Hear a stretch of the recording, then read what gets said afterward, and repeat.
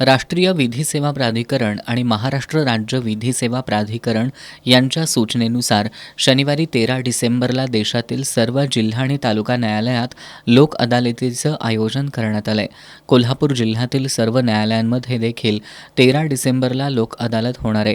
नागरिकांनी दाखलपूर्व प्रकरणं आणि दाखल असणारे सर्व प्रकारचे प्रलंबित दावे तडजोडीने मिटवण्यासाठी या लोक अदालतीमध्ये सहभागी व्हावं असं आवाहन कोल्हापूर जिल्हा विधी सेवा प्राधिकरणाच्या सचिव अश्विनी वाघमोडे यांनी केलंय। विधी सेवा प्राधिकरण नवी दिल्ली आणि महाराष्ट्र राज्य विधी सेवा प्राधिकरण मुंबई यांच्या निर्देशानुसार कोल्हापूर जिल्ह्यामधील सर्व न्यायालयामध्ये दिनांक 13 डिसेंबर 2025 रोजी राष्ट्रीय लोक न्यायालयाचे आयोजन करण्यात आले आहे। सदरचे राष्ट्रीय लोक न्यायालय हे माननीय कविता बी अग्रवाल मॅडम, प्रमुख जिल्हा व सत्र न्यायाधीश तथा अध्यक्ष जिल्हा विधी सेवा प्राधिकरण कोल्हापूर यांच्या मार्गदर्शनाखाली होणार आहे।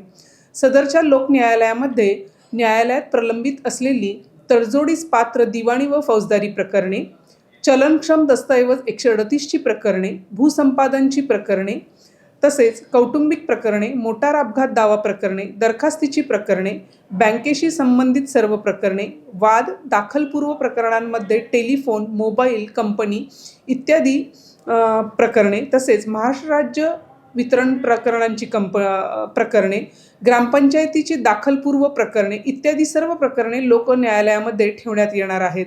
सदरचे लोक न्यायालय हे कोल्हापूर जिल्ह्यातील सर्व दिवाणी, फौजदारी न्यायालय, औद्योगिक न्यायालय, सहकार न्यायालय, कामगार न्यायालय, कौटुंबिक न्यायालय, शाळा न्यायाधिकरण इत्यादी ठिकाणी आयोजित करण्यात येणार आहे।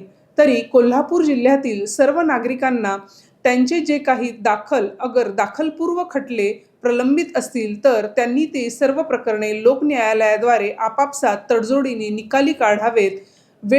13 डिसेंबरला होणाऱ्या या लोक अदालतीमध्ये सहभागी होऊन वेळ आणि पैशाची बचत करावी आणि तडजोडीनं दावे मिटवावेत असं आवाहन विधी सेवा प्राधिकरणाच्या वतीनं करण्यात आलंय।